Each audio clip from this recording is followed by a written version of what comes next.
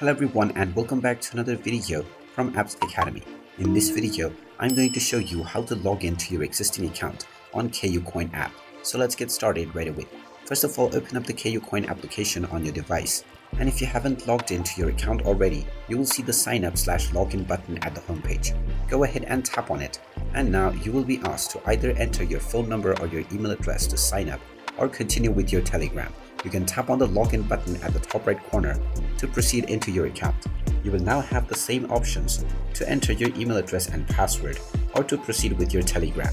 Just type in the email address within the email address box and then type in your account password.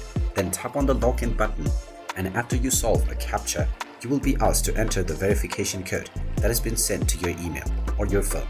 So proceed with checking your inbox and you will find this verification code. After entering this code within the given box, you will be logged back into your account right away.